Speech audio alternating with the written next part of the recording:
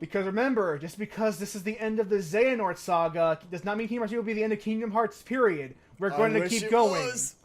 I'm actually at a point, like, as much as I love the series, and you know me, I despite all my gripes, love Kingdom Hearts beyond anybody, more than anyone should. Yeah, I love this series. This is a series that I grew up with. But there is no denying that I would rather it end on a high note than fizzle out at some point, indeterminate point down the line. Like, I would rather it end with a bang. Like, or even if they continue the series, I just wish, and I know they won't because Nomar's already talked about this, but I wish they would pull more of a Final Fantasy approach of, like, same universe, completely different characters. But I know he's already said before. Well, Final Fantasy is different universes. Like, they just do flat out different universes entirely. Like, the only thing that's separate that brings them together are, like, thematic points and or like items and races that are used. Now I'm trying to think of a better example. What's a long running series that uses the same universe with different characters? JoJo? Sure? Question mark? Ask a JoJo fan? I don't know. I'm sure there's something out there that's an example of that, but like, yeah. Point being is like, I guess it's not like I could live with more Kingdom Hearts. I just wish it wasn't constantly Sora's Kingdom Hearts because I like him as a character. I don't need fucking 30 games with him at some point. Yeah, like he's not a bad character at all. It's just like his time has passed, and Haley Joel Osment's time voicing a child has long passed. Like that's the other thing that kind of upsets me is like I'm not sure how much Haley Joel Osment can even enjoy playing Sora at this point. Like maybe he's still having the time of his life, and if so, I'm very happy for him. Like that character seems to be the only thing he's playing. From what I checked, that's literally all he's ever done since Kingdom Hearts. Because that's probably all he has time to do, and probably makes plenty of money. He probably does like a movie or a couple of movies or something, but I don't know of them off the top of my head. No idea. But like this is a large part of his career, for better and for worse. I just feel like at some point it's like just give the man a break. Just like if he wants to stay on, let him stay on. But I think like if anything, they need to do like a time skip or something, just like. Sure, just fucking pull a Naruto time skip and let him use his adult fucking voice or something. Yeah, like age him up. Yeah, because like even just to like 18, so he just sound because that's probably what he sounds like now. He could probably easily voice like an 18-year-old. Yeah. Like I would say his Vanitas voice, but his Vanitas voice is intentionally like an octave down or something. It's darker. Like because so his regular voice is probably perfectly fine for an older Sora. Yeah, like he could do an adult voice, but with a bit more of a childlike demeanor. Yeah. I imagine Sora grown up would not be that different personality-wise to Sora as a child. That's just the impression I get. You're saying it won't just be like grown up Sora just doing taxes and bitching about the weather and his sore ankles and like that's what I always want. The fun thing is that like in Naruto with Boruto, kind of happened in Naruto where he became a responsible adult. Yeah, I even read or watched Boruto, but I've heard about it. Yeah, that's why I hear from the grapevine. I actually haven't watched either, but like it sounds like a lot of the story of that comes back that he's trying to manage his job, which as an Otake, with the needs of his family, and that's where all the angst to Boruto comes because Boruto doesn't feel like he gets enough attention from his dad. Oh man, daddy issues. That's always a good story thread. All right. We are nearing the end of this. Yeah, this is the world of darkness, the Dark Destiny Islands. And you remember this was the Overlook this is the Overlook animated speech at. True. Take a look at this tiny place. Which that is speech only got better with age. Speech is so good. Yeah. Like, it's funny, like, if you didn't watch our Kingdom Hearts 1 primer bit, it was just funny when that speech came up, and I hadn't heard it in so long, and Brandon's like, Sam, this speech is so good. Like, you don't understand. And I re-listened to it, and I was like, oh my god, this is, like, the best dialogue in all of Kingdom... Or not dialogue, it's, like, the best, like, moment in Kingdom Hearts. Yeah. Like, there's some other good moments of dialogue and monologue in Kingdom Hearts. There's some decent ones, but man, like, he perfectly nails both what he wants and what he's thinking with that speech. Yeah. Like where he was and where he wants to go with that speech. Like you don't need this. You don't need to explain to you like in some sort of primer series, or like you don't need him to say flat out, "This is what I want. I want this, and this is my goal." Yeah. Like and I just love how he says it's a prison, and I'm like, I get it. It makes sense to me now. Like, A prison surrounded by water. Oh, it's so good. That's a really good metaphor. This island is a prison surrounded by water. To the heart-seeking adventure, it is. Freedom. The heart-seeking freedom. This island is a prison originally surrounded by water. I thought was great, and then fucking Birth by Sleep happened, and then it was like, well, the whole reason Riku wants to leave is because some fuck-ass in poofy pants came by and told him to leave. Yeah.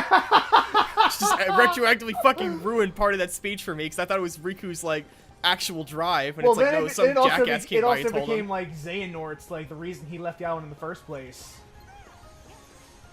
God. Because remember, like, young Xehanort had a thirst for adventure because of what happened in Dream Drop Distance. I might have to go back and re-remember some parts of that. The whole, like, when the Xehanort thing starts because of the whole time looping thing is really confusing to me. So, I didn't realize when I fought this the first time this was going to be the final boss. Mm-hmm. I thought it was like, this is going to like the first in a series of bosses that would lead to the final boss. I totally had that thought too, where I was like, it's like a mini-boss. It's getting ready for the big boss. I was super bummed to see this, like, as the finale.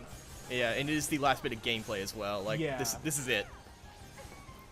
You know what? Actually, I did die, because this is how I died the first time. Was that just happened to me, and I couldn't get out of the stun lock. Oh, that had never happened to me before. Yeah. I don't know how it happens, because it didn't happen the second time. Like, in this fight, I got close a couple of times, but I didn't actually die. Yeah. Oh, you're just too good at video games, turns out. Well, I had a cure on hand, which was what saved me. If I didn't have the MP at the time, I would have died. Yeah. Maybe that's what happened to me. I don't remember. Oh, this is gonna be it. No. Okay, we're good. All is fine. It's okay. I thought I was gonna get stun locked again, but it turns out it's just fine.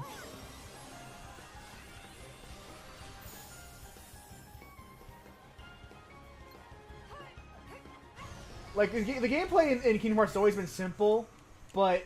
And clean. I was trying to... I deliberately went on my way to avoid using the phrase, and clean. It was so easy, though. Yeah, it's too easy. You're right. It's low-hanging fruit. Anyway, please continue. Come on, Sam. Standards. That's right. We have goddamn high standards on interactive friction. No, we don't. Anyway, as you were saying. Gameplay's simple. It's simple, but it's intuitive, it's fun, and it works. And it doesn't get in the way. Yeah. Which is a problem I have had with some action RPG games that I've played in the past, where it's like they're so systems heavy. Like again, this is not a great example, and again we'll kind of date this. I've been playing Xenoblade Chronicles 2, and oh god, that combat is such a mess.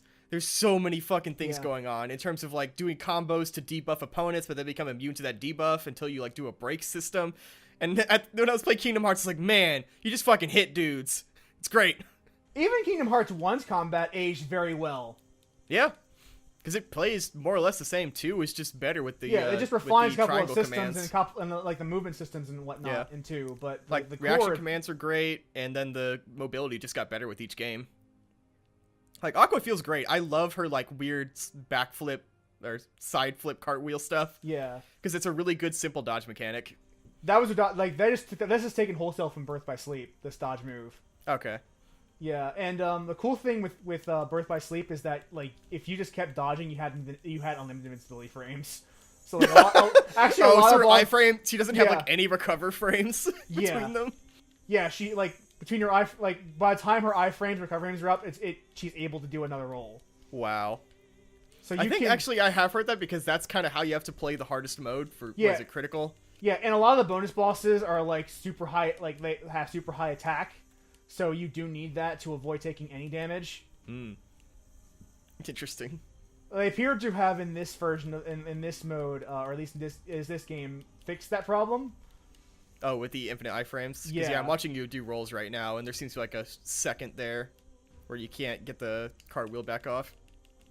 Yeah, but honestly, that's probably the best. Yeah, that will definitely change some of like the higher level run stuff, if that is the case, but... I don't know. I mean, that just means new ways to do these bosses, which is cool. Yeah. But yeah, and Kingdom Hearts has always had really good boss design. Yeah. Like even now, like this might not be this might be the same boss, but they introduced some new attacks and some new systems to this boss. for being a Tower of Yeah. Heartless, they get some good mileage out of it. Yeah. And you know, like, it fucking looks cool. Like, we mentioned at the very top of this that it was probably like a tech thing. Yeah. But like, it's kind of cool just to see all the tiny little Heartless, and they're just kind of like, they have this weird, like, dull expression because they have like no ability to slant their eyes. So I just imagine all of them just going, whoa, just spinning around in circles. And even going back to the other Kingdom Hearts games, Kingdom Hearts has almost always had really good boss design. Yeah. I think it was in 2 we talked about it a lot more because the Yeah. version of 1 we watched didn't really have the bosses in it. Mm-hmm. But they're cool. It's always been cool. It's always been one of the reasons to play the game, one of the reasons to enjoy the gameplay. Like the games have always played well. Yeah. And that's a large part of probably why they got the fandom they did, because they're the kind of game that not only plays well, but is very easy for a lot of different people to grasp. Mm-hmm. Like, it's very intuitive how you play Kingdom Hearts game. It's a funny give thought. Sorry, go on. No, go ahead. Excuse me, I was just gonna say that it's a funny thought in the sense that I wonder if the games didn't play too well, or if they were very difficult, if it would have had a fan base more like a Xenogears or something like that, or a Xenosaga that you would know, or like a Dark Souls, like a niche fandom that's like, no, you gotta play this game. People are like, fuck no, it's too hard, or the gameplay's too complicated. Yeah. That's why I said more like a Xenosaga or Xenogears, Yeah. like weird combat systems, as opposed to just hard. Yeah. But yeah, like you nail a good point that because it's simple and because the difficulty can obviously be changed to be pretty easy, like it's very accessible while still having a lot of depth to it if you want it. Like, I might not give this to my mom, for example, but I give this to a 5-year-old or a 7-year-old and tell them to see what they think of it, and they'd be able to probably pick it up relatively quickly.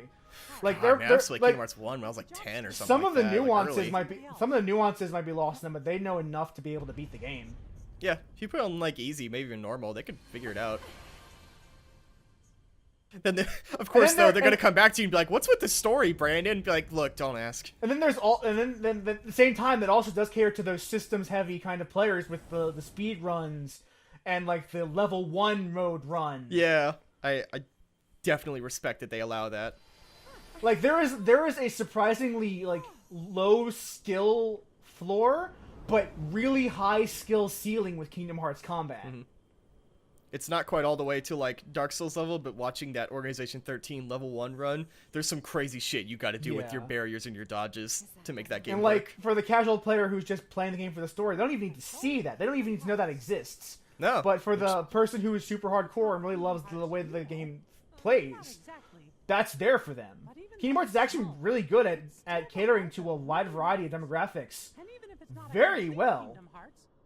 And for better or worse, as much as I don't like a lot of grinding stuff in JRPGs, I can at least appreciate the sense that grinding aside, you can actually do that to over-level for certain fights you're having trouble with. Like, in RPGs, you can just, like, grind your way out of a bad situation.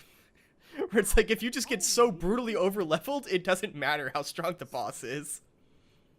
So this is an incomplete Kingdom Hearts. It's just a small part of the Heart of All Worlds. That's what Mickey's explaining right now. Right. So I do remember when he first said that. I was like, okay, because, like, we have an incomplete one, and then we have the artificial one from 2, because the original one was from Birth by Sleep. Yeah. That's Kingdom Hearts. Mm-hmm.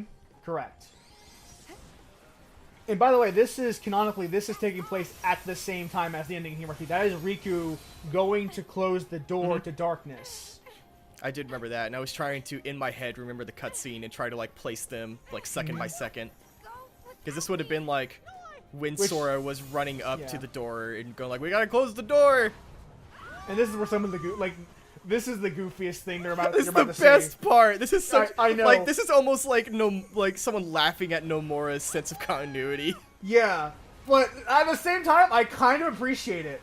Like, that they even kept that little bit of continuity in mind. Sure. Somebody thought of it. Where they canonically explain why Mickey Mouse is shirtless in that scene by having the Heartless destroy his shirt.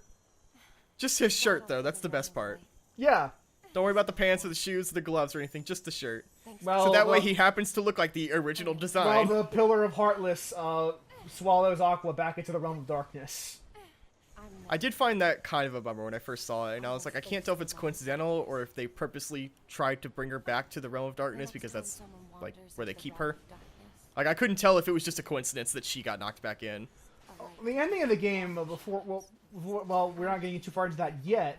Seems to imply that they're going to go on a rescue mission in Kingdom Hearts 3. Like Riku and are going to go to the Realm of Darkness to rescue her. That's what I mean, but specifically the fact that it throws her back into the Realm of Darkness makes me wonder if it was just coincidence that it snagged her, or that it's like the Heartless want her back in the Realm of Darkness. Oh, you mean the Heartless? I was giving Nomura. Because Nomura obviously wants her in the Realm of Darkness. Oh no, Nomura needs that for story reasons, yeah. But I wonder, like, in universe, it's just a coincidence. Like, I don't think the Heartless are smart enough for that. At least not the basic ones. It feels like it could have been either her or Mickey, and the Heartless just happened to pick her. Yeah, which is fine, I guess. Like, it has to set it up for Kingdom Hearts 3 at some point, so I'll take it. Again, it's nice for just once in the entire story of Kingdom Hearts for something to be a complete coincidence. It's fine. That's allowed.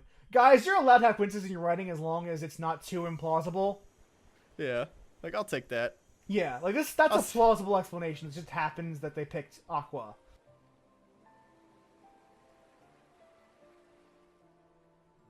It's beautiful.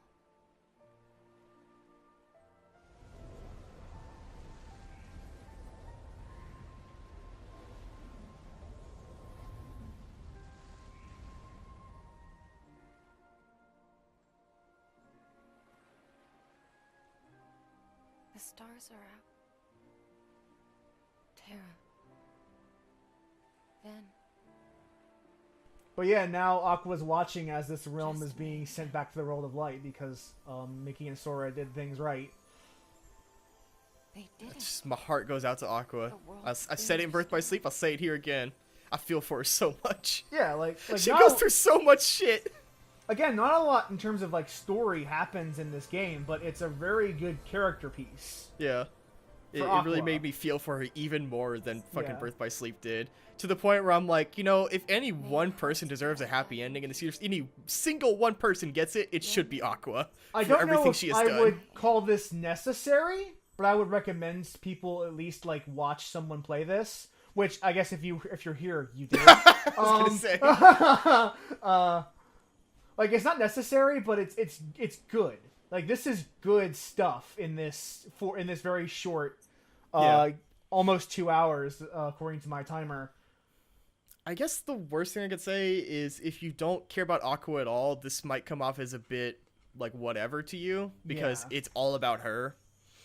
The setup for Kingdom Hearts 1 with Mickey's shirt and all, it doesn't matter at all, really. It's just a coincidence she was there. Yeah. But if you do like Aqua, like me and Brandon did, then this short story meant a lot to me. To be like, oh, we get to see more Aqua, we get to feel a bit more about what she's like in the Realm of Darkness. Like, we get to see how her being in the Realm of Darkness for over a decade has affected her, and it has visibly affected her. Mm-hmm. It's great. She's still Aqua, but she's kind of lost a lot of the hope that she had, and this is a story of her getting that hope back, essentially. Because Mickey came at just the right time to kind of fill her heart with light again. Right. It works. It's good. Like again, like in terms of actual story, it's fairly relevant to the grand lore of Kingdom Hearts, but it's a really good character piece. That I said that already, but I would still that's the best phrase I can think of. You know, I just had this thought that's like, you know, wouldn't it have been great if instead of having another Days or Recoded as those were happening, if we just had more of these? Like instead of another 30-hour RPG, we just had 3-hour RPGs per character. Like 4-hour character pieces. Yeah. Like imagine instead of having a Days, it's just like here's a 4-hour RPG about Axel, and here's one about like about like Roxas' relationship to Shion. I think if Days had actually been like a 6, maybe even like a 10-hour RPG, as opposed to what it was, I would be I would be happier about it. Like, hell, like, this might be going a bit far here, but, like, even Recoded, if it was, like, just a couple hours, probably would have been fine. Well, Recoded probably didn't need to exist. No, that's what I'm saying, like, that's going a bit far. But, like, if these games had to exist, like, Dream Drop Distance could have been, like, you know, like, 10 hours or less and be, like, or, hell, just, like, 6-hour bit that's, like, do this quick trial, and it's going to be a lot of gameplay and a lot of systems-heavy stuff and a bit of story in between, you know? And like, part of this is like, just you fucking and me. Dream Drop Distance didn't need that much story that it had. Also, a lot of that is just you and I growing up. Yeah, that's true. Because I remember when I was in high school and middle school, like, I would be fine playing a 20, 30, 40-hour RPG. And, like, that would just be the game I played that month. Mm-hmm. Because I had all this free time and I was a child and I could only buy a couple games every couple months. That's the key one. More than time, it was just a money thing because you got games from your parents or, from borrowing from friends or whatever. As an adult, it's really not that hard for me to get games. And as someone who is a free, like, an unpaid game critic, I try to find the right adjective for that. And someone who likes to get a breadth of gaming experiences, like, I'm playing through .hack GU the remake right now, and, like, those are it's a 4-part game, and that was all of them like 30 hours a piece. Like, that's a tough order. Like, even Persona 5 was a tough order. That game's like almost 100 hours, right? Like 80. And I played that game. Oh no, my final playthrough was 110 hours for Persona 5. Jesus. And I played through that game twice, so 200 hours in that game.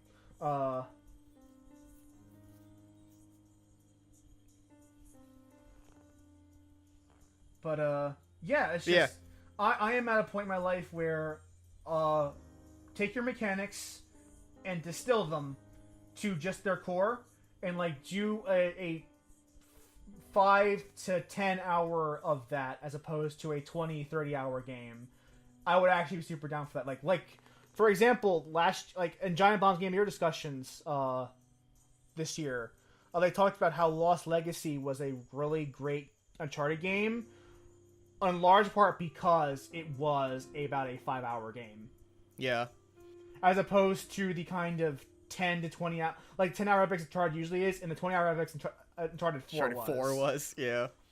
Like, just being able to shorten that to it was still, it had all the story beats you wanted from an Uncharted game, but it was 5 hours long. I totally get your point, and I agree with it, but I think the other thing that I was trying to point out was also that I feel like instead of Days trying to fill in all this major overarching backstory, I guess what I'm saying is I just wish that instead of more of those, because we've talked before about how, like, some parts of, like, I'll totally admit that some parts of those stories are cool and I like what they can add, but a lot of it's just fluff that just complicates stuff. And I wish that instead of that we had, well, I wish instead of that and, like, some of the crazy Birth by Sleep rewriting stuff and retconning shit, that it was just way more character pieces. Like, that's what I enjoyed so much about 0.2, is that it was like, maybe Birth by Sleep could have been better if it was 3 character pieces that had a tiny thread of story that held it together to Kingdom Hearts 1, instead of this whole backstory of what Xehanort was and how he started. Instead of Dream Drop Distance, instead of the young Xehanort stuff, it's like, just further the relationship between Sora and Riku after all they've been through. Like, that's what I want.